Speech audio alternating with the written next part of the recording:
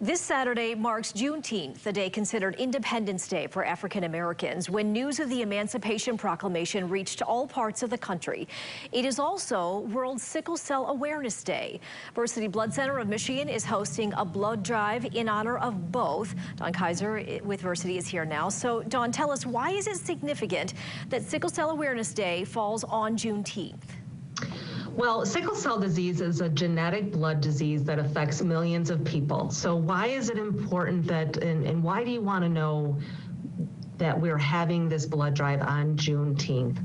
Well, 44% of African Americans and 17% of Hispanic Americans have a rare type on their blood. It's called RO, and only 4% actually donate blood.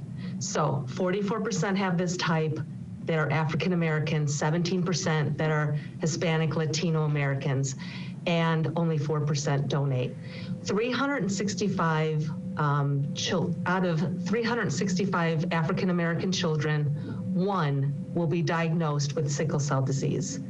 That means that their chances, they have a 44% chance of having an RO blood type. When you have sickle cell disease, you need blood transfusions as part of your treatment. Without blood transfusions, you could go into organ failure. That's why we want to make sure that we have all communities that are donating blood. And specifically, we want to reach out to the African American community, the Latino community, and ask them to roll up their sleeves and donate blood. Because when they do need a blood transfusion or have surgery, it is really hard to find that type of rare blood. Yeah, and somebody who has sickle cell disease, they're receiving between 15 and 20 transfusions a month. So that's over 60 transfusions a year. And without the transfusions, they could have absolute serious pain, and it could be debilitating. And like I said, some of them go into organ failure without those life-saving transfusions. Boy, that is really scary. So again, with this blood drive on Juneteenth, what really are you hoping to achieve? We're hoping to get the community to come out and then get lifetime donors. So like I said, only 4% of people that have the RO type actually donate blood. So if the demand is greater than actual donations, we need to increase that. So we need folks to come out and not be afraid. Donating blood is simple, it's easy, and it saves lives.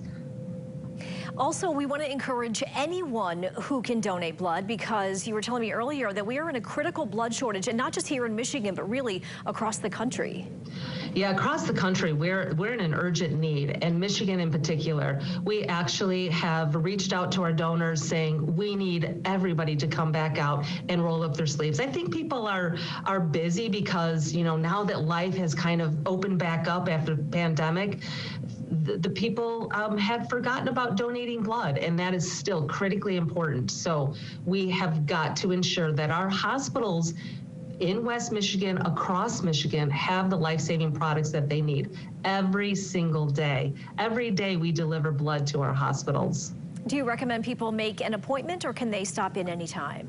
We love appointments because that way we can kind of gauge how many staff to send, how much supplies, but we always welcome walk-ins. All right, sounds good. Dawn, thank you so much for that information. Appreciate it. Thank you.